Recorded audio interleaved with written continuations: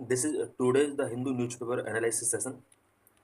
Today we will discuss mainly four issues. The first issue is why has the Supreme Court clarified POCSO provisions. The second issue is how will Nasrallah killing impact West Asia, and the third issue is related to uh, dead coral skeletons hinder reef regeneration, and the fourth issue is UN expert criticizes punitive demolition by states. So let's discuss all the issues in detail. Why has the Supreme Court clarified POCSO provisions? Why in news? Supreme Court has underscored that viewing, downloading, storing, uploading, and transmitting of online sexual material involving children are all offences under the POCSO Protection of Sexual Offences Against Children Act. Supreme court ने recently एक ruling दिया है जिसमें किसी भी online sexual material जिसमें child involve है उससे रिलेटेड अगर कोई भी वीडियो क्लिप्स डाउनलोडिंग की जाती है, व्यू किया जाता है, स्टोरिंग की जाती है, अपलोडिंग की जाती है, ट्रांसमिटिंग की जाती है, तो ये पोक्सो एक्ट के अंडर इस पर एक्शन लिया जा सकता है। How did the matter reach the court? ये मैटर कोर्ट कैसे पहुंचा, सुप्रीम कोर्ट तक कैसे ये मैटर पहुंचा? An alliance of non-government negotiations filed an appeal before the top court against Madras High Court order quashing criminal charges against a young man who was sought to be prosecuted for viewing and storing video clips featuring children being exploited for sexual act. Supreme court में जो ये matter पहुंचा था, ये Madras high court के ruling के बाद supreme court पहुंचा है। एक नॉन गवर्नमेंट ऑर्गेनाइजेशन के अलायंस ने हाई कोर्ट के डिसीजन आने के बाद सुप्रीम कोर्ट के अंदर अपील की थी, बिकॉज हाई कोर्ट ने एक यंग मैन जो कि चिल्ड्रन से रिलेटेड सेक्सुअल एक्ट की क्लिप्स को उसने अपने स्मार्टफोन के अंदर व्यू किया था या स्टोर किया था या डाउनलोड किया था, इससे रिलेटेड पिटिशन हाई कोर्ट के अंदर डाली गई थी, मद्रास हाई कोर्ट के अंदर। बट मद्रास हाई कोर्ट ने इसके अगेंस्ट जो क्रिमिनल चार्जेस लगाए गए थे उसको क्वेश कर दिया, और क्वेश करने का जो रीजन था वो आईटी एक्ट 2000 के सेक्शन 67 बी और पोक्सो एक्ट के 15 1 को बेस मानकर इसने क्वेश किया है। बट सुप्रीम कोर्ट ने कहा है कि हाई कोर्ट का ये जो जजमेंट था वो एरनियस है। The police had booked him after getting information from the National Crime Records Bureau that the accused had downloaded the material on his mobile phone. Alliance of non government organization के through इस man के against complain किया जाता है। National crime record bureau के through police इस person को arrest करती है, बिकॉज इस पर्सन ने चाइल्ड पोर्नोग्राफी से रिलेटेड मटेरियल को फ़ोन के अंदर डाउनलोड किया था। The police later filed a chargesheet under section 67 B of the information technology act 2000 and section 15(1) of POCSO. Police ने इस केस से रिलेटेड जो मैटर फाइल किया था वो information technology act 2000 section 67 B के अकॉर्डिंग चार्जशीट उसने फाइल की है। साथ में पोक्सो एक्ट के सेक्शन 15(1) के अकॉर्डिंग यहाँ पर इस पर्सन के अगेंस्ट चार्जशीट फाइल की गई है। What is the section 67B of Information Technology Act 2000 and section 15(1) of POCSO? Information technology act के अंडर सेक्शन 67 बी के अंदर क्या प्रोविजन किए गए हैं एंड पोक्सो एक्ट के सेक्शन 15(1) के अंदर क्या क्या प्रोविजन किए गए हैं, जिसके अंडर इस पर्सन के अगेंस्ट पुलिस ने चार्जशीट फाइल की थी। Section 67B introduce in the IT act in 2019 provide for a jail term up to 5 years for the first offense and up to 10 years for a subsequent offense that involves publishing or transmitting material depicting children in sexual act in electronic form. IT act 2000 के अंदर 2009 में amendment किया था और section 67 B इसके अंदर introduce किया गया था। सेक्शन 67 बी के अकॉर्डिंग अगर कोई भी पर्सन चिल्ड्रन से रिलेटेड सेक्सुअल एक्ट का फर्स्ट टाइम अगर पब्लिशिंग या ट्रांसमिटिंग करता है थ्रू द फोन या अदर डिवाइस, कोई भी इलेक्ट्रॉनिक फॉर्म में अगर पब्लिशिंग या ट्रांसमिटिंग करता है तो फर्स्ट टाइम अगर ऐसा करता है तो 5 ईयर का जेल टर्म हो सकता है, एंड सेकेंड टाइम अगर यही एक्ट रिपीट करता है तो 10 ईयर का जेल हो सकता है। साथ में 10 लाख रुपीज तक का फाइन भी उसको पे करना पड़ सकता है। Section 15 provide for a 3 year jail term for those storing child abuse material for commercial purpose. कोई भी पर्सन अगर कॉमर्शियल पर्पज के लिए अपने स्मार्टफोन के अंदर, लैपटॉप के अंदर या एनी अदर इलेक्ट्रॉनिक डिवाइस के अंदर चाइल्ड रिलेटेड सेक्सुअल कंटेंट अगर स्टोर करके रखता है तो पोक्सो के 15(1) सेक्शन के अकॉर्डिंग उसको 3 ईयर का जेल हो सकता है।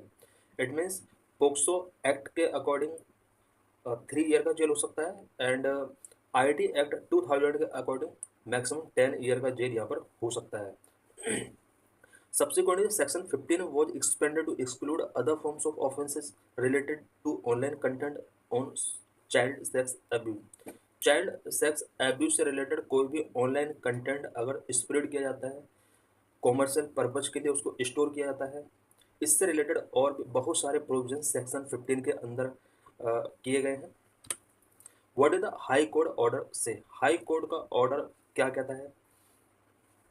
हाई कोर्ट ने उस पर्सन के अगेंस्ट जो एलिगेशंस लगाए गए थे, चार्जशीट फाइल की गई थी, उसको क्वेश क्यों किया? The high court ruled that मेरे पोजेशन और storage any pornographic material was not an offence under POCSO. High court का कहना है कि पोर्नोग्राफिक मटेरियल को अगर कोई पर्सन पोजेशन करता है या स्टोर करता है अपने स्मार्टफोन या फिर किसी भी इलेक्ट्रॉनिक डिवाइस के अंदर, तो पोक्सो के अंडर एक ऑफेंस नहीं माना जाता है। हाई कोर्ट ने अपने रूलिंग में कहा था। Further it said section 67B of IT act only made transmission, publication और creation of material depicting children offence, but mere watching और downloading of child abuse material in the private domain was not punishable. High court का कहना है कि information and technology act 2000 के अंदर 67B section के according कोई भी पर्सन अगर चाइल्ड सेक्सुअल कंटेंट या कोई भी मटेरियल का ट्रांसमिशन करता है, पब्लिकेशन करता है, क्रिएशन करता है, उस केस में उसके अगेंस्ट एक्शन लिया जा सकता है। बट अगर कोई भी पर्सन पब्लिक डोमेन में किसी भी चाइल्ड सेक्सुअल कंटेंट को वॉचिंग कर रहा है, डाउनलोडिंग कर रहा है, तो इस केस में उसके अगेंस्ट कोई भी क्रिमिनल चार्जेस नहीं बनते हैं। ये हाई कोर्ट ने, मद्रास हाई कोर्ट का कहना है। Hence, it questions the case, holding that no offence has been committed either under POCSO और IT एक्ट। हाई कोर्ट का कहना है कि पोक्सो एक्ट और IT एक्ट के अकॉर्डिंग इस पर्सन के अगेंस्ट किसी भी टाइप का ऑफेंस नहीं किया गया है। In other words, possession and storage of such material would not be a crime, but transmission or publication would be an offense।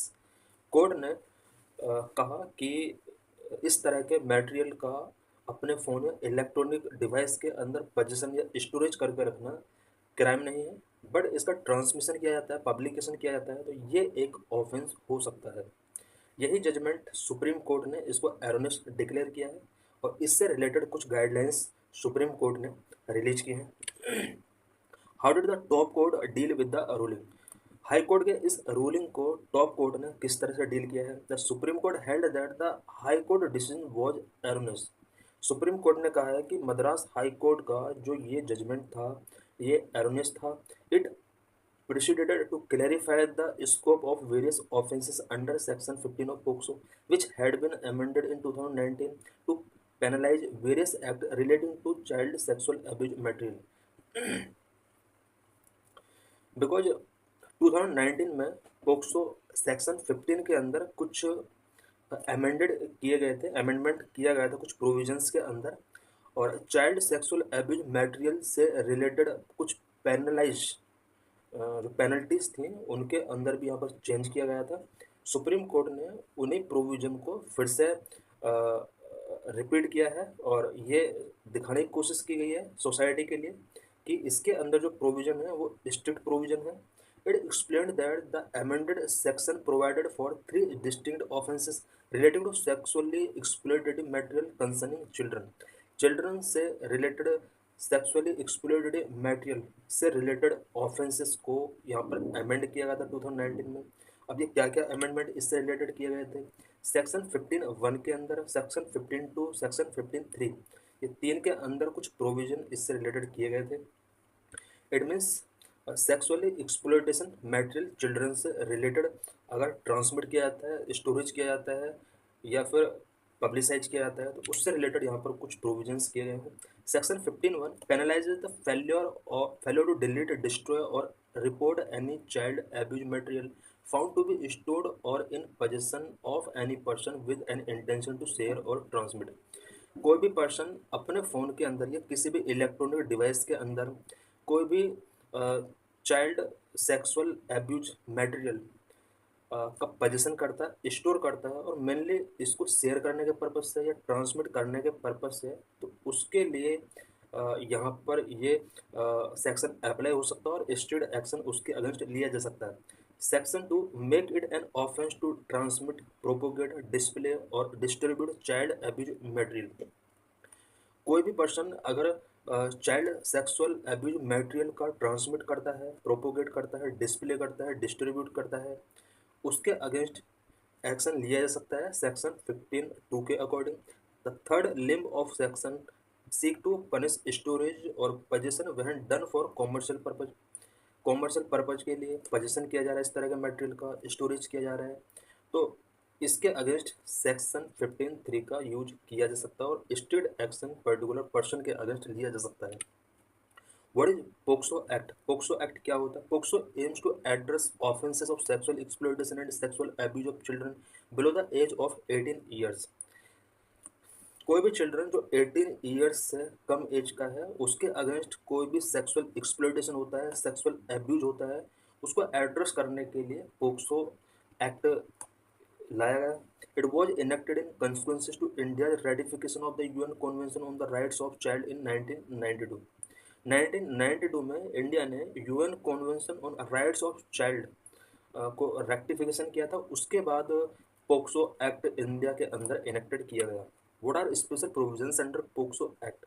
POCSO act के अंदर कुछ स्पेशल प्रोविजंस किए गए हैं, such as gender neutral nature है इसका, confidentiality of victims identity, mandatory reporting of any child abuse cases. It is gender neutral nature. The act recognizes that both boys and girls can be victim of sexual abuse and such abuse is a crime regardless of gender of the victim. Sexual exploitation man या girl किसी के साथ भी हो सकता है। Sexual abuse activity इसका victim कोई भी हो सकता है और ये एक जेंडर न्यूट्रल एक्ट है और बॉयज और गर्ल्स दोनों के अगेंस्ट इक्वल एक्शन इसमें लिया जा सकता है। Confidentially of victims identity as per section 23 of the POCSO act 2012 the identity of child victim must be keeped confidential. Media reports और any other can not disclose any detail that could reveal the victim's identity including their names, address and family information. इस act के अंदर ये provision किया गया है कि victims की आइडेंटिटी को सीक्रेट रखा जाएगा और कॉन्फिडेंशियल रखा जाएगा। विक्टिम का नेम, एड्रेस, फैमिली इन्फॉर्मेशन, उसकी आइडेंटिटी को किसी भी मीडिया रिपोर्ट के थ्रू डिस्क्लोज नहीं किया जाएगा।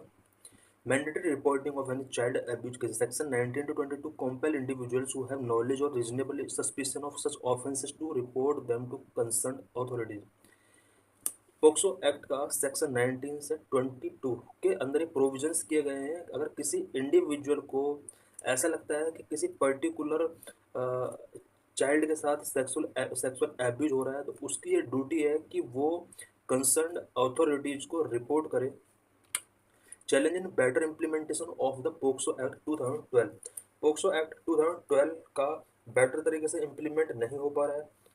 इसकी वजह क्या क्या हो सकती है, क्या क्या इसके सामने चैलेंजेज हैं? Number 1 lack of support to aggrieved persons. Number 2 insufficient POCSO court. Number 3 special public prosecutors storage shortage. Lack of support to aggrieved person. A critical lack identified in the implementation of POCSO Act 2012 is the absence of support person for victims. The Supreme Court found that in 96% of POCSO cases, victims were not provided with the necessary support throughout the legal process. A support person may be any person or organization working in the field of child rights or child protection. POCSO act better तरीके से implement नहीं किया जा रहा है। इसका सबसे बड़ा वजह ये है कि सपोर्ट पर्सन्स, विक्टिम के लिए सपोर्ट पर्सन्स का आज एब्सेंस है। लोग सपोर्ट नहीं करना चाह रहे हैं। अगर किसी गर्ल या बॉयज़ के साथ एक्सप्लॉइटेशन हुआ है तो लोग उसका सपोर्ट करने के लिए आगे नहीं आते हैं। सुप्रीम कोर्ट ने भी फाउंड किया है कि ओवरऑल जो पोक्सो विक्टिम्स हैं उनमें से 96% पोक्सो केसेस ऐसे होते हैं जिनमें लोगों का नेसेसरी सपोर्ट इस विक्टिम को प्रोवाइड नहीं कराया जाता है।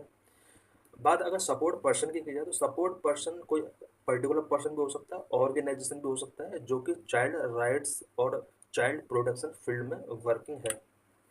Insufficient POCSO courts. Not all states have POCSO court. As of 2022, only 408 POCSO courts were established across 28 states as part of Fast Track Special Courts Scheme. India के अंदर हर district के अंदर पोक्सो कोड होना चाहिए, बट ऑल डिस्ट्रिक्ट के अंदर POCSO code नहीं है। 2022 के अकॉर्डिंग इंडिया के अंदर 408 पोक्सो कोड अवेलेबल थी 28 स्टेट के अंदर। और जो पोक्सो कोड बनाई जाती हैं fast track special court scheme के अंडर इनको इस्टेब्लिश किया जाता है। Number 3, special public prosecutors shortages. There is a lack of special public prosecutors specially trained to handle these cases of POCSO. POCSO के cases को हैंडल करने के लिए स्पेशल पब्लिक प्रोसिक्यूटर्स का इंडिया के अंदर बहुत ज़्यादा लैक है। ये भी एक बड़ा रीज़न है कि इंडिया के अंदर पोक्सो एक्ट 2012 के इम्प्लीमेंटेशन में एक ये हर्डल है, बहुत सारे हर्डल्स हैं जिसकी वजह से बेटर तरीके से इस एक्ट को इम्प्लीमेंट इंडिया के अंदर नहीं किया जा रहा है। What is the status of crimes against children in India? India के अंदर चिल्ड्रन के अगेंस्ट जो क्राइम हो रहे हैं उनका स्टेटस क्या है? According to the US based national centre for missing and exploited children, India currently accounts for maximum number of online child sexual abuse imaginary in the world, followed by Thailand. US based national centre for missing and exploited children NCMEC के according India एक ऐसा country पूरे world के अंदर जिसमें सबसे ज़्यादा online child sexual abuse के केसेस यहाँ पर रजिस्टर्ड किए जाते हैं, फॉलोड बाय थाईलैंड। उसके बाद थाईलैंड आता है। Delhi top the list for the maximum child porn uploads, followed by Maharashtra, Gujarat, UP and West Bengal. India की अगर बात की जाए तो इंडिया के अंदर सबसे ज़्यादा चाइल्ड पोर्न अपलोड्स दिल्ली के अंदर किए जाते हैं। उसके बाद महाराष्ट्र सेकंड नंबर पे है, गुजरात थर्ड नंबर पे आता है, यूपी फोर्थ नंबर पे आता है, फिफ्थ नंबर पर वेस्ट बंगाल आता है। According to National Crime Records Bureau report 2023, about 781 cases of creating or storing child porn were recorded in 2018। 2023 की एक रिपोर्ट के अकॉर्डिंग NCRB की ये रिपोर्ट आई थी 2023 में। ये जो रिपोर्ट थी ये 2018 की रिपोर्ट थी जिसमें 781 केसेस ऐसे आए थे जिसमें चाइल्ड पॉर्न या तो क्रिएट किया जा रहा था या सॉर्टिंग उसको स्टोरिंग किया जा रहा था। 781 केसेस रजिस्टर्ड किए गए थे इंडिया के अंदर। उससे जस्ट एक साल पहले 2017 में इस तरह के 331 केसेस रजिस्टर्ड किए गए थे इंडिया के अंदर। Dissemination of inappropriate content featuring children account for 1171 cases in 2022। 2022 में चाइल्ड सेक्सुअल कंटेंट का डिसेमिनेशन से रिलेटेड केसेस की अगर बात की जाए तो ओवरऑल 1171 केसेस डिसेमिनेशन से रिलेटेड काउंट किए गए थे। How will Nasrallah killing impact West Asia? Lebanon के अंदर हिजबुल्लाह के कमांडर नासरुल्लाह का किलिंग इजराइल के द्वारा कर दिया गया है। इसका पूरे वेस्ट एशिया पर क्या इम्पैक्ट पड़ेगा, इससे रिलेटेड ये आर्टिकल है। What is issue? It has been almost a year since the latest Gaza war began, and now Israel has shifted its focus towards its northern border with Lebanon। लगभग एक साल से ज़्यादा हो चुका है जब इसराइल गाजा वॉर स्टार्ट हुआ था और अब इसराइल ने अपना focus Lebanon specially northern border Lebanon की तरफ शिफ्ट कर दिया है। और इन दोनों कंट्रीज के बीच, इजराइल और लेबनान के बीच यहाँ पर कंटिन्यू अटैक चल रहे हैं। Over the past week Israel has carried out massive bombardment in Lebanon targeting Hezbollah, killing at least 700 people and displacing more than 1 lakh people. Last कुछ वीक से देखा जाए तो इसराइल ने लेबनान के ऊपर मैसिव बम्बारमेंट किया है और इसका टारगेट हिजबुल्ला है और यहाँ पर 700 से ज़्यादा पीपल का अभी तक किलिंग हो चुका है। मोर देन 1 लाख पीपल यहाँ पर अभी तक डिस्प्लेस हो चुके हैं। Among the dead was Hassan Nasrallah, secretary general of Hezbollah. अभी करंट में जो ये इशू न्यूज के अंदर चल रहा है वो इसलिए चल रहा है कि हिजबुल्ला जो कि एक हिजबुल्ला जो कि सेक्रेटरी, इसमें अभी जो डेथ हुआ है वो हसन नासरल्ला का हुआ है जो कि हिजबुल्ला का सेक्रेटरी जनरल हुआ करता था। What preceded the air strike? The airstrike followed explosions of pagers and walkie-talkies in Lebanon, which hit hundreds of Hezbollah fighters. Air strike जो स्टार्ट हुए हैं दोनों कंट्रीज के बीच में, वैसे जो क्लैश हैं वो काफ़ी पुराने हैं, बट एयर स्ट्राइक के बाद लेबनान के अंदर कुछ पेजर्स एंड वॉकी टॉकीज के अंदर एक्सप्लोजन हुआ, which hit hundreds of Hezbollah fighters की वजह से hundreds of Hezbollah fighters affected हुए। Hezbollah in retaliation fired hundreds of rockets into Israel including a ballistic missile which was intercepted over Tel Aviv. इसके retaliation के तौर पे Hezbollah ने बहुत सारे हंड्रेड्स ऑफ रॉकेट्स इजराइल के ऊपर फायर्ड किए। The US and France called for a cease fire but Israel quickly ruled out the proposal. Lebanon और इजराइल के बीच में फायर्ड हो रहा है कंटिन्यू। यूएस और फ्रांस दोनों ने सीज फायर के लिए कॉल्ड किया है, बट इजराइल ने इसको क्विकली रूल्ड आउट किया है इन दोनों कंट्रीज के प्रोपोजल को। What is Hezbollah? हिजबुल्लाह क्या है? Hezbollah is a Lebanese Shia Islamist political party and militant group from 1992 until 2024. It was led by Secretary General Hassan Nasrallah. Hezbollah Lebanon के अंदर Lebanese Shia Islamist political party and militant group है। अभी जो हसन नासरल्लाह का killing हुआ है ये Hezbollah का सेक्रेटरी जनरल रहा है लास्ट 30 ईयर्स से, अबाउट 1992 से 2024 तक सेक्रेटरी जनरल इसका कंटिन्यू रहा है। The Hezbollah was formed as a Shia resistance organization in 1982 with help from Iran's Islamic Revolutionary Guard Corps in the aftermath of Israel invasion of Lebanon in same year। 1982 में Israel ने Lebanon पर attack किया था और उसी time पर southern Lebanon पर उसने अपना कब्जा कर लिया था। और इसके बाद 1982 में सेम ईयर में Shia resistance organization Hezbollah form किया गया था। Why are Israel and Hezbollah fighting? Current में जो ये हिजबुल्लाह और इजराइल के बीच में फाइटिंग हो रहा है इसका रीजन क्या है? The emergence of Hezbollah was started with resistant against Israel. Destruction of the Zionist entity has been one of the goals mentioned in Hezbollah manifesto. बात अगर हिजबुल्लाह की जाए तो हिजबुल्लाह का जो इमरजेंस हुआ है वो इजराइल के अगेंस्ट इसके रेजिस्टेंस की वजह से हुआ था, बिकॉज ये 1982 से ही इजराइल का रेजिस्टेंस करता रहा है, धीरे धीरे ये पावरफुल हो गया। इसका जो मैनिफेस्टो है उस मैनिफेस्टो के अंदर जेनिस्ट एंटिटी का डिस्ट्रक्शन भी मेंशन है। इट मीन्स इसका जो मेन टारगेट है हिजबुल्लाह का वो जोनिस्ट को ख़त्म करना है। The group which is termed a terrorist organization by both Israel and US. Hezbollah को यूएस और इजराइल दोनों ने टेररिस्ट ऑर्गेनाइजेशन डिक्लेयर कर रखा है। In 1982 Israel occupied southern Lebanon. 1982 में इजराइल ने सदर्न लेबनान को ऑक्यूपाइड कर लिया था। Last time Israel and Hezbollah fought a full scale war in 2006 when Israel invaded Lebanon after a Hezbollah cross border raid। 2006 में हिजबुल्लाह ने cross border red किए थे जिसके अगेंस्ट इजराइल ने लेबनान के अंदर अटैक किए थे। The trigger for the latest flare was the October 7, 2023 Hamas attack in Israel in which at least 1200 people were killed. Latest flare up की अगर बात की जाए तो ये स्टार्ट होता है लास्ट ईयर October 7 से। उस टाइम पर हमास ने इजराइल के अंदर अटैक किए थे और अबाउट 1200 पीपल वहां पर किल कर दिए थे। When Israel launched retaliatory war on Gaza, Hezbollah started firing rocket into Israel in solidarity with the Palestinian. 7 अक्टूबर 2023 को जैसे ही हमास इसराइल के ऊपर अटैक करता है और 1200 पीपल को मार देता है, किल कर देता है, रिटेलिएशन के तौर पर इसराइल ने गाजा के ऊपर अटैक किया। और इस अटैक को देखते हुए हिजबुल्लाह ने इसराइल के ऊपर कुछ रॉकेट अटैक स्टार्ट किए। हिजबुल्लाह ये शो करना चाह रहा था कि वो पैलेस्टीनियन के साथ है। In response Israel started bombing Lebanon.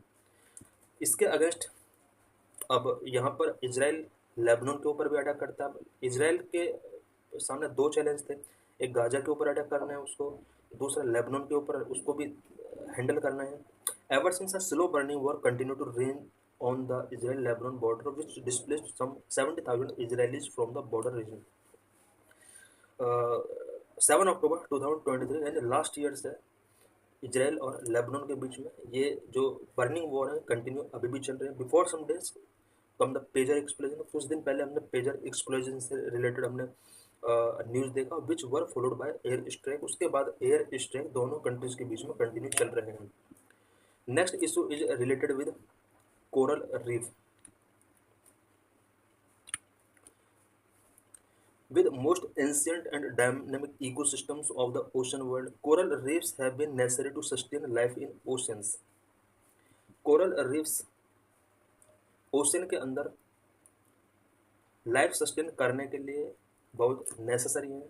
Ancient और डायनामिक इकोसिस्टम मेंटेन करते हुए, बिकॉज ये एंशियंट टाइम से ही ओशन के अंदर पाए जाते हैं, और डायनामिक इकोसिस्टम को बैलेंस करने में ओशन के अंदर कोरल रीफ का बहुत importance है। Due to high warm tropical region, coral thrive in the Indian Ocean. These reefs not only provide sanctuary to the vast ocean ecosystem, but also protect the coastline from eroding. Indian ocean के अंदर corals large quantity में thrive कर रहे हैं। इसका सबसे बड़ा reason कि यहाँ का जो वाटर है वो वार्म है और ट्रॉपिकल रीजन में पड़ता है। कोरल रीफ जो होती है वो सिर्फ वास्ट ओशन इकोसिस्टम के लिए सेंचुरी प्रोवाइड नहीं करते, बल्कि ये कोस्टल एरियाज को एरोड होने से भी प्रोटेक्ट करते हैं। What is coral, coral reefs and coral polyps. ये यहाँ पर थ्री टर्म्स है। कोरल क्या होता है, कोरल रीफ क्या होता है, कोरल पॉलिप्स क्या होते हैं। Corals are small marine animal. The hard type of coral grow with the help of algae, which give it color, nutrients, and help it to form a sturdy stony skeleton. Corals mainly small marine animal होते हैं। कुछ hard type corals होते हैं जो कि algae की help से grow होते हैं। एल्गी कोरल्स को कलर प्रोवाइड करते हैं, न्यूट्रिएंट्स प्रोवाइड करती हैं। इसके ऊपर जो स्टडी या स्टोनी हार्डनेस आता है, इसके स्केलेटन को डेवलप करने में एल्गी का बहुत बड़ा रोल होता है। रीफ्स क्या होते हैं, reefs form through the accumulation of hard corals make a vital ecosystem supporting an estimated 25% of ocean species. Coral reef जो होते हैं वो हार्ड कोरल्स के एक्यूमुलेशन से बनते हैं, या फिर हम कह सकते हैं कि जो कोरल्स की डेड बॉडी होती है, एक प्लेस पर एक्यूमुलेशन अगर उनका हो जाता है तो उनके एक्यूमुलेशन से कोरल रीफ बनता है। और कोरल रीफ जो होते हैं ये ओशन इकोसिस्टम के लिए वाइडल इकोसिस्टम को बैलेंस करने के लिए बहुत इंपॉर्टेंट होते हैं। और जितने भी ओशन स्पीसीज हैं उनमें से 25% स्पीसीज को सपोर्ट करने का काम कोरल रीफ करते हैं। कोरल पॉलिप्स क्या होते हैं, coral polyps are tiny and fleshy sea anemones that live in tropical and subtropical oceans and sea. Coral polyps ocean के अंदर, specially tropical and subtropical ocean and seas के अंदर tiny flashy सी anemones होते हैं। Coral polyps are tiny and fleshy sea anemones which live in tropical and subtropical ocean and seas. Coral polyps live in shallow waters. Shallow waters के अंदर ये find out किया सकते हैं, along with microscopic algae called zooxanthellae with which they share a symbiotic relationship. Coral polyps जो होते हैं वो सैलो वाटर के अंदर ग्रो करते हैं, स्पेशली माइक्रोस्कोपिक एल्गी जिसको हम जुक्साथेली बोलते हैं। ये एक माइक्रोस्कोपिक एल्गी है, इसके साथ ये अपने आप को डेवलप करते हैं और एक तरीके से इसके साथ सिम्बायोटिक रिलेशनशिप शेयर करते हैं। सिम्बायोटिक रिलेशनशिप दो ऑर्गेनिज्म या दो से ज़्यादा ऑर्गेनिज्म के बीच एक ऐसा रिलेशनशिप होता है जिसमें दोनों एक दूसरे की हेल्प से अपने आप को सर्वाइव करते हैं। जुक्साथेली Algae has photosynthesis ability that feed the coral polyps with carbon compounds which give them energy. In return, the polyps provide protection to जुक्साथैली। जुक्साथैली एक ऐसा एल्गी है जिसके अंदर फोटोसिंथेसिस एबिलिटीज होती हैं। कोरल पॉलिप्स को ये फीडिंग कराता है और कार्बन कंपाउंड इसको प्रोवाइड कराता है, एनर्जी प्रोवाइड कराता है। इन रिटर्न पॉलिप्स इसको प्रोटेक्शन प्रोवाइड कराते हैं। How coral reefs formed, coral reef किस तरह से फॉर्म्ड होते हैं? Coral reefs are formed when the freely moving larva of corals attach themselves to sedimentary rock और hard surface near the coastline. Coral reefs जो form होते हैं वो तब फॉर्म होते हैं जब कोरल्स का freely moving larva sedimentary rock या hard surface near the coastline themselves अपने आप को अटैच कर लेते हैं। कोरल रीफ फॉर्मेशन का जो अदर प्रोसेस है वो स्केलेटन ऑफ कोरल पॉलिप्स की वजह से भी कोरल रीफ बन सकते हैं। बिकॉज ओशन के अंदर बहुत सारे कोरल कोरल पॉलिप्स मिलते हैं और उन कोरल पॉलिप्स का जो स्केलेटन होता है जब वन प्लेस पर इनका एक्यूमुलेशन हो जाता है तो इसकी वजह से बिग कोरल रीफ बन सकते हैं। Types of corals reef in India. India के अंदर कोरल रीफ कितने टाइप का होता है? मेनली 3 टाइप के कोरल रीफ इंडिया के अंदर फाइंड आउट किया सकते हैं। First fringing reef, second barrier reef, third atolls. First, fringing reef. These reefs evolve and develop near the continent and remain close to coastline. These reefs are separated from the coastline by small shallow lagoon. They are most commonly found reefs in world. Fringing reef जो होते हैं ये continent के near evolve develop होते हैं and coast line के near ये मिल जाएंगे। फ्रिंजिंग रीफ जो होते हैं वो कोस्ट लाइन से एक स्मॉल सैलो लेगून्स के थ्रू सेपरेट होते हैं। वर्ल्ड के अंदर ज़्यादातर फ्रिंजिंग रीफ ही मिलते हैं। अदर जो रीफ हैं उनका जो नंबर है वो कम है। Second barrier reefs are found offshore on the continental shelf.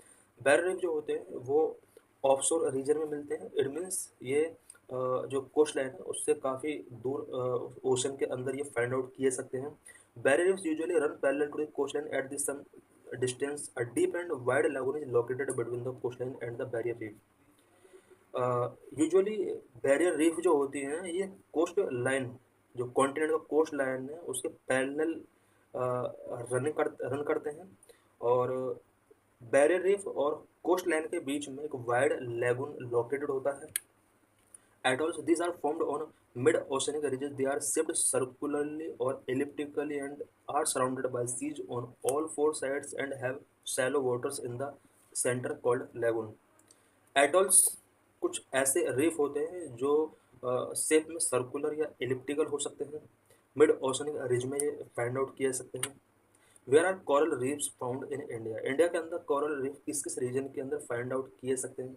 Coral reefs in India are found in a lot of area such as gulf of Mannar में मिल जाएंगे, गल्फ ऑफ कच्छ के अंदर मिल जाएंगे, पाक स्टेट के अंदर मिल जाएंगे, Andaman and Nicobar and Lakshadweep island coral island के नाम से जाने जाते हैं। Gulf of Kutch in north west of India has some of the most northerly reefs in world. Some patches of coral reef are found in Ratnagiri, Malvan and Redi, south Bombay and at the गाविंसी bank located in west of Mangalore. इन region के अंदर भी coral reef find out किए सकते हैं। Some coral running parallel to the shore Kerala and in Tamil Nadu. Tamil Nadu और केरला का जो कोस्टल एरियाज है वहाँ पर भी कुछ coral reef parallel to coastline running मिल जाएंगे। ऑन द ईस्ट कोस्ट की अगर बात की जाए तमिलनाडु साइड में Parangipettai and Pondicherry corals are found in abundance. इस रीजन में कोरल्स बहुत ज़्यादा अबंडेंस में मिल जाएंगे। Some island corals such as Andaman and Nicobar island and Lakshadweep island are rich with flourishing corals. Andaman and Nicobar island and Lakshadweep island ये ऐसे आइलैंड हैं जो कोरल्स के लिए एक फेवरेबल इन्वायरमेंट प्रोवाइड कराता है और ऐसा माना जाता है कि ये जो आइलैंड है अपने आप में कोरल आइलैंड है, कोरल्स के पॉलिप्स की वजह से बने हैं। What are the ideal environmental conditions for corals grow. Coral से ग्रो होने के लिए आइडियल कंडीशंस क्या क्या होनी चाहिए? नंबर 1 क्लियर वाटर होना चाहिए, सैलो वाटर होना चाहिए, वार्म वाटर होना चाहिए, सैलिन फिल्ड वाटर, सेमी हार्ड और hard surface, rich supply of nutrients. Clear water, beautiful corals polyps are developed in clear water. This is clear passage of sunlight to the algae that sustain their life. Corals के develop होने के लिए clear water होना चाहिए। Clear water होने से फ़ायदा ये होता है कि जो सनलाइट का पैसेज है वो एल्गी तक क्लियरली पहुंच पाता है और कोरल्स के लाइफ सस्टेन के लिए बहुत ही इंपॉर्टेंट है। Number 2, shallow water. Shallow water बहुत इंपॉर्टेंट है।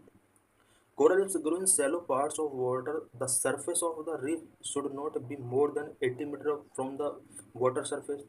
कोरल रीफ बेटर तरीके से तभी ग्रो कर सकते हैं जब इन्हें सैलो पार्ट ओशन के अंदर मिल जाए, और सरफेस जो होना चाहिए ओशन सरफेस और जो कोरल सरफेस है वो 80 मीटर से ज़्यादा नहीं होना चाहिए। Zooxanthellae need adequate sunlight for their photosynthesis process. Zooxanthellae एक एल्गी है जिसके अंदर फोटोसिंथेसिस होता है, और उसको फोटोसिंथेसिस करने के लिए अबाउट 80 मीटर का डिस्टेंस चाहिए ocean surface and coral surface के मिडिल में। Warm water. Coral reefs are directly connected with warm oceanic water with average temperature 20 degrees. Hence, coral reefs generally prevail on the eastern coast of continent. But in the case of India, this is not true, as the eastern coast water are filled with high amount of sediment water. Coral reefs का warm oceanic water के साथ direct connection है। Coral reefs को grow करने के लिए ocean का जो वाटर है उसका एवरेज टेम्परेचर 20 डिग्री होना चाहिए, और यही वजह है कि ज़्यादातर कॉन्टिनेंट के ईस्टर्न पार्ट में कोरल्स प्रिवेल करते हैं। बट इंडिया के केस में ऐसा नहीं है, बिकॉज इंडिया कॉन्टिनेंट, ये जो इंडियन सब कॉन्टिनेंट है, इसका जो ईस्टर्न पार्ट है इसमें अमाउंट ऑफ सेडिमेंट मैटर बहुत ज़्यादा है। इसकी वजह से यहाँ पर कोरल्स बहुत ज़्यादा डेवलप नहीं हो पाते हैं। Saline field waters. Salty ocean water is extremely important for the development of coral polyps. The polyps extract calcium from the water to protect their skeleton. So mild salinity is necessary for coral reefs to flourish. Corals के develop होने के लिए कुछ salty ocean water extremely important है, because salty water से polyps calcium extract करते हैं अपने स्केलेटन को प्रोटेक्ट करने के लिए। सेमी हार्ड और hard surface. The semi hard और hard surface is a precondition for sedimentation, compaction, cementation and solidification of coral polyps skeleton. Coral polyps skeleton के सॉलिडिफिकेशन के लिए, सीमेंटेशन के लिए, कॉम्पैक्शन के लिए, सेडिमेंटेशन के लिए थोड़ा सेमी हार्ड और हार्ड सरफेस होना बहुत जरूरी है। इट मीन्स ओशन फ्लोर के अंदर जहाँ पर कोरल पॉलिप्स हैं वहाँ का जो सरफेस होना चाहिए वो थोड़ा हार्ड एंड सेमी हार्ड हो सकता है, वहाँ पर ये ग्रो कर सकते हैं। Number 6, rich supply of nutrients. Coral reefs flourish in ocean waters because ocean waves support the constant supply of rich nutrients.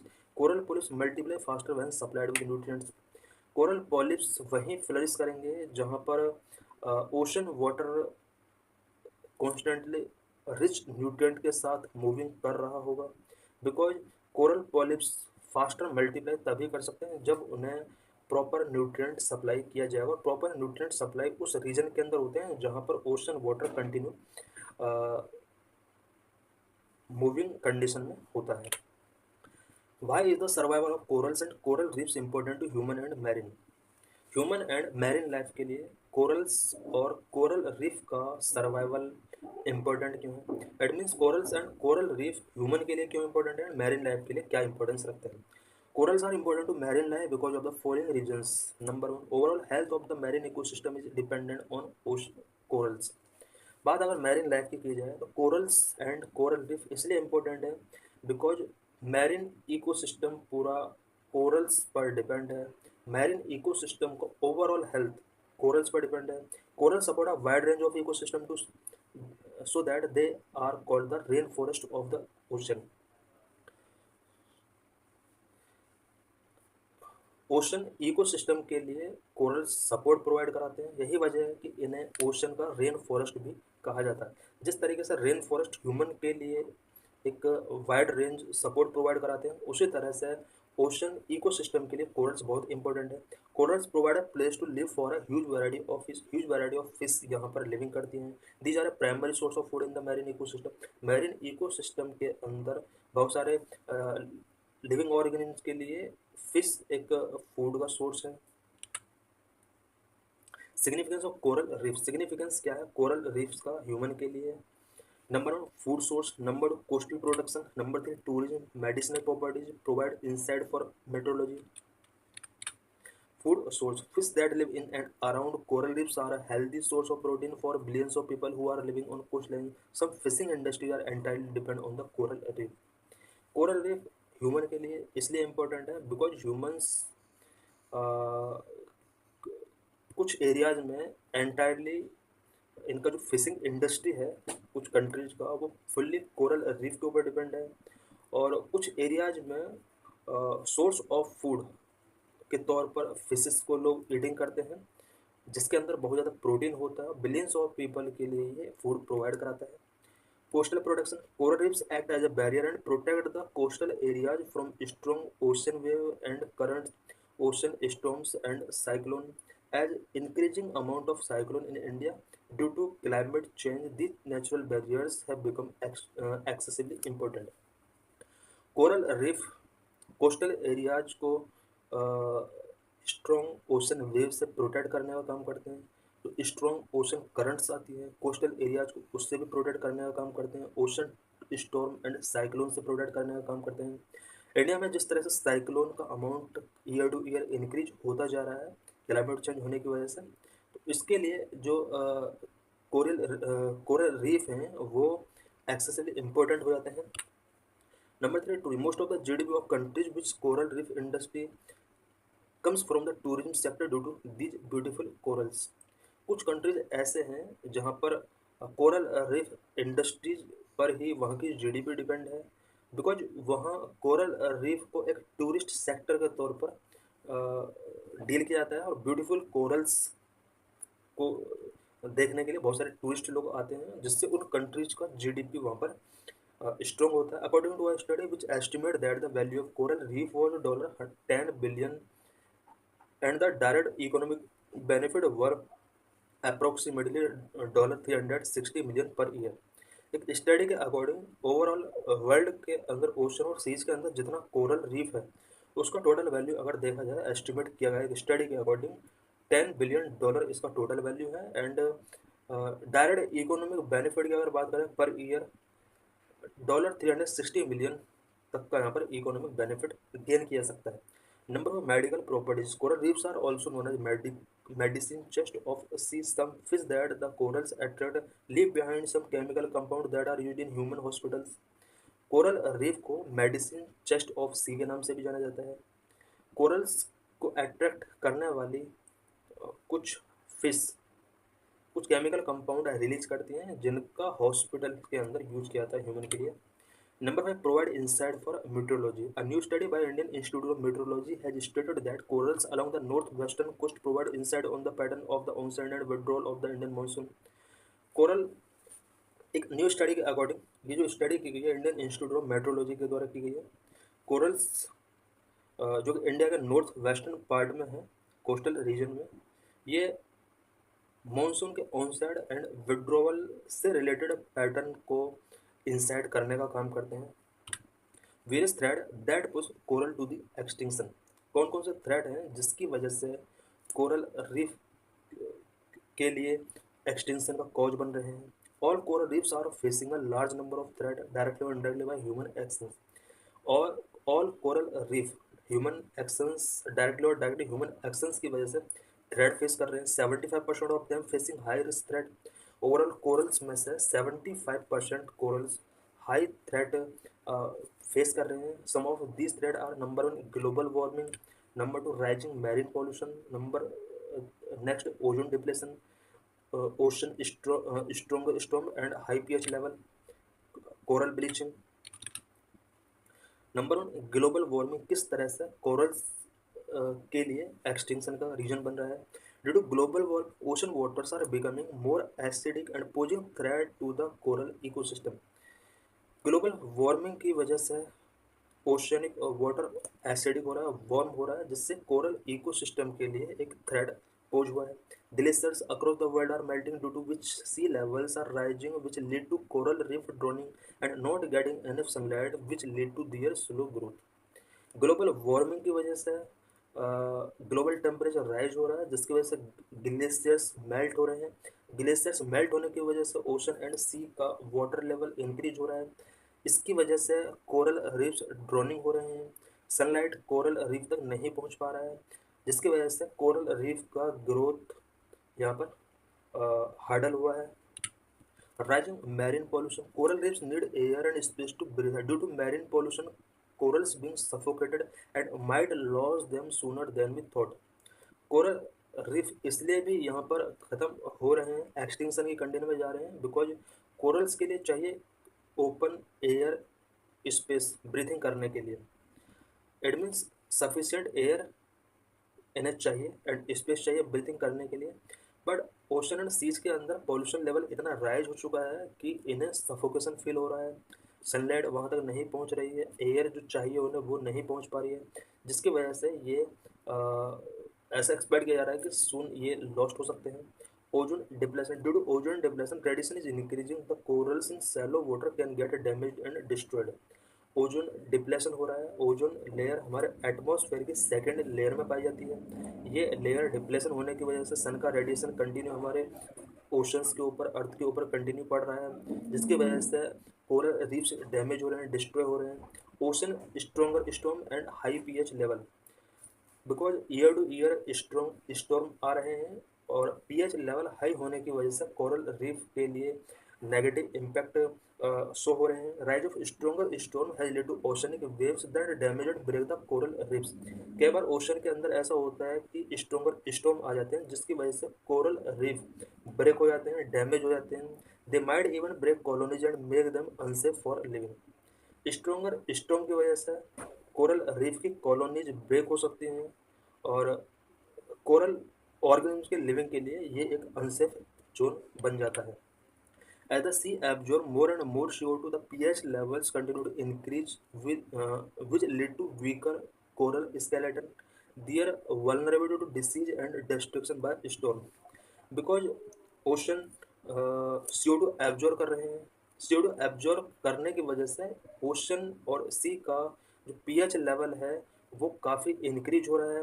PH increase होने की वजह से कोरल स्केलेटन वीक हो रहे हैं और इसके वीक होने की वजह से इनके अंदर बहुत सारे डिसीज एंड अदर प्रॉब्लम्स इनको फेस करने पड़ रहे हैं। Number 6, coral bleaching. Coral bleaching occurs when the ocean get warmer. Coral bleaching तब होता है जब ओशन एक लिमिट से ज़्यादा वार्मर हो जाता है, इनकी जो कैपेसिटी है उस कैपेसिटी से ज़्यादा जब वार्म हो जाता है ओशन, तो उस टाइम पर कोरल ब्लीचिंग स्टार्ट हो जाते हैं। Because corals have a limited temperature tolerance, they get stressed and release symbiotic algae in response. Coral bleaching की वजह से, बिकॉज कोरल्स का जो टेम्परेचर को टॉलरेंस करने का कैपेसिटी है वो एक लिमिटेड कैपेसिटी है, इससे अगर ज़्यादा टेम्परेचर हो जाता है तो कोरल्स एक सिम्बायोटिक एल्गी रिलीज करते हैं in response. When they run out of the algae, they run out of their life source and hence cease to exist.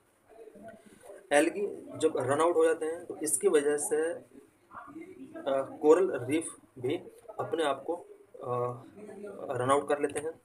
Law protecting the coral reef in India. India के अंदर coral reef को protect करने के लिए क्या क्या laws हैं? Ministry of environment, forest and climate change make guidelines and law protecting coral reef and ensure to follow properly. India के अंदर कोरल रीफ को प्रोटेक्ट करने के लिए ministry of environment, forest and climate change ने कुछ guidelines and law ensure किए हैं. State wild life department take care of the corals if the coral reef region comes under a protected area. अगर coral reef reason किसी protected area के अंदर आता है तो उसके लिए जो पर्टिकुलर स्टेट, यानी किसी पर्टिकुलर स्टेट के अंदर अगर कोई कोरल रीफ प्रोटेक्टेड एरिया आता है तो उस स्टेट वाइल्ड लाइफ डिपार्टमेंट की रिस्पॉन्सिबिलिटी है कि वो कोरल रीफ रीजन को प्रोटेक्ट करे, उसको केयर करे. All marine resources are protected under the Coastal Regulation Zone of 1991. 1991 में कोस्टल रेगुलेशन जोन इस्टेब्लिश किया गया था. इसके थ्रू ऑल मैरिन रिसोर्सेज को प्रोटेक्ट करने के लिए प्रोविजन किया गया, which provides protection to all coral reef. इसके अंदर ऑल कोरल रीफ को प्रोटेक्ट करने के लिए भी प्रोविजन किए गए हैं. Specific section 7.2 of CRZ state that no resorts or hotels are to be made on coral reef. Coastal regulation zone के सेक्शन 7 के अकॉर्डिंग इसमें प्रोविजन किया गया है कि कोरल रीफ के अंडर या आसपास किसी भी टाइप का रिजॉर्ट्स और होटल नहीं मेड किया जा सकता, बिकॉज कई बार इससे रिलेटेड कोशिश की गई है कि कोरल रीफ एरियाज में होटल बनाया जाए, रिजॉर्ट्स बनाया जाए ताकि टूरिस्ट को बढ़ावा दिया सके, बट इसको बैन किया गया है। Mining and quarrying of coral reefs are also ban in some states except for scientific purpose. कुछ स्टेट के अंदर ये प्रोविजन किया गया है कि कोरल रीफ एरियाज के अंदर माइनिंग क्वायरिंग नहीं किया सकता, बट साइंटिफिक पर्पज के लिए ऐसा किया सकता है। Conclusion, conservation methods should be taken to protect this beautiful polyps. इस तरह के ब्यूटीफुल पॉलिप्स को प्रोटेक्ट करने के लिए गवर्नमेंट ऑफ इंडिया की तरफ से वर्ल्ड लेवल पर ज़्यादातर कंट्रीज को कंजर्वेशन मेथड्स फॉलो करना चाहिए। Law should be strictly enforced and if not followed penalty should be impose.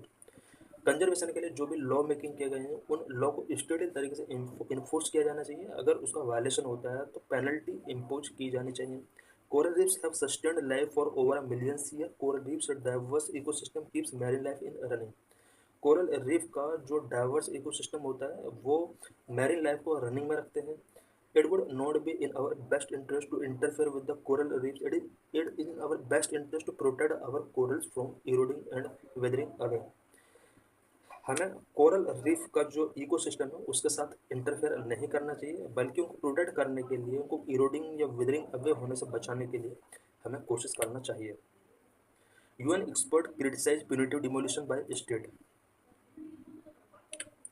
भाई news, UN special rapporteurs Balakrishna Rajagopal seeks supreme court not to intervene in bulldozer demolition case. India के अंदर last कुछ years से देखा जा रहा है कि बुलडोजर डिमोलिशन केस काफ़ी इंक्रीज हुए हैं।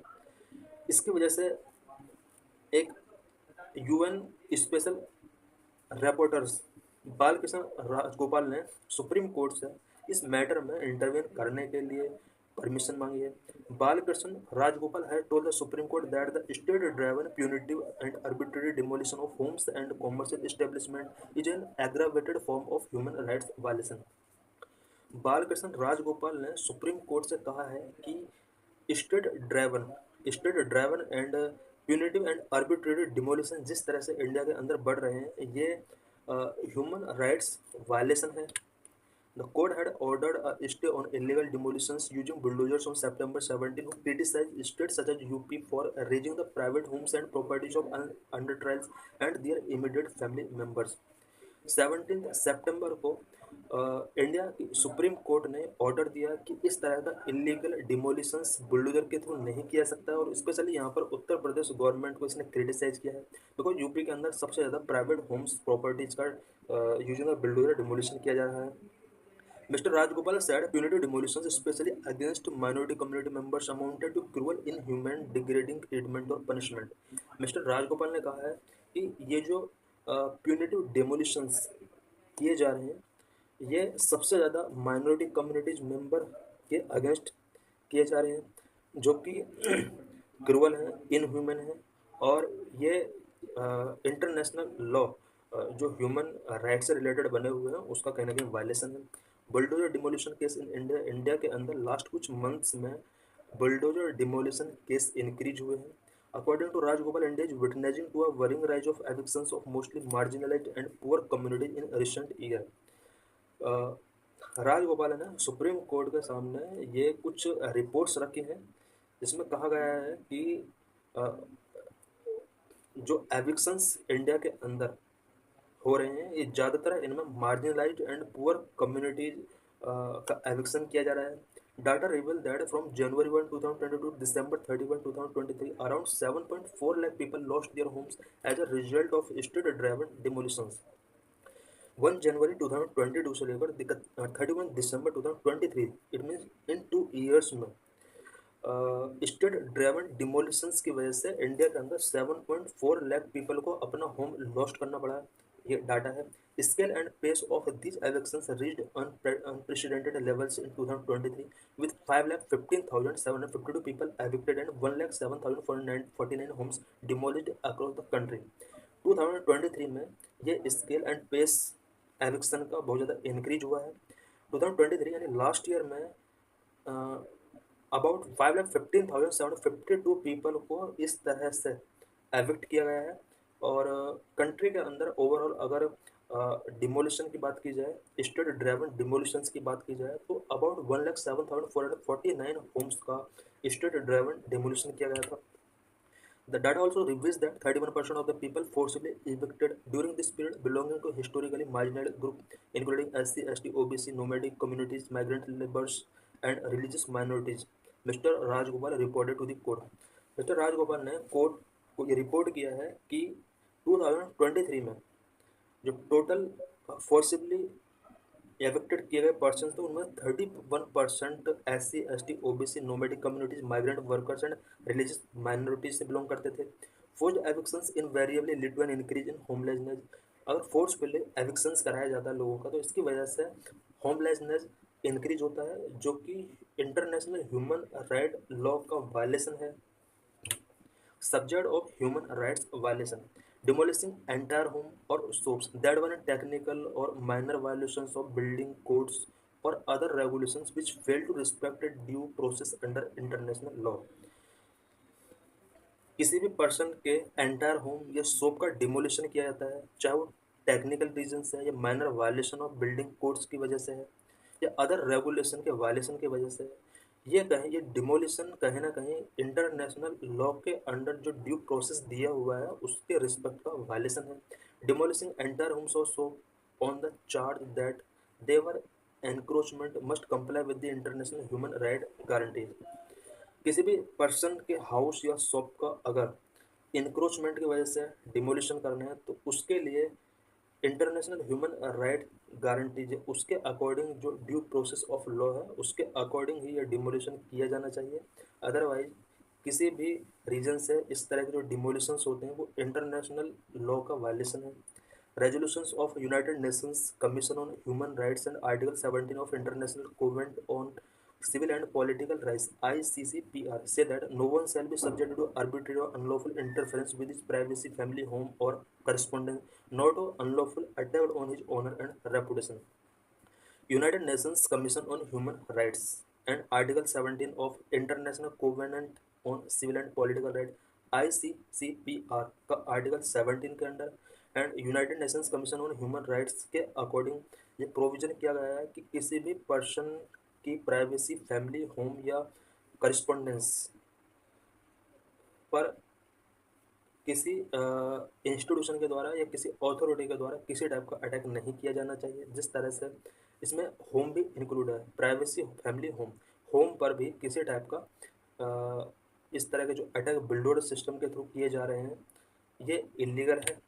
The right to security of tenure and freedom from that threat of forced eviction are recognized as fundamental human rights under the International Covenant on Economic, Social and Cultural Rights।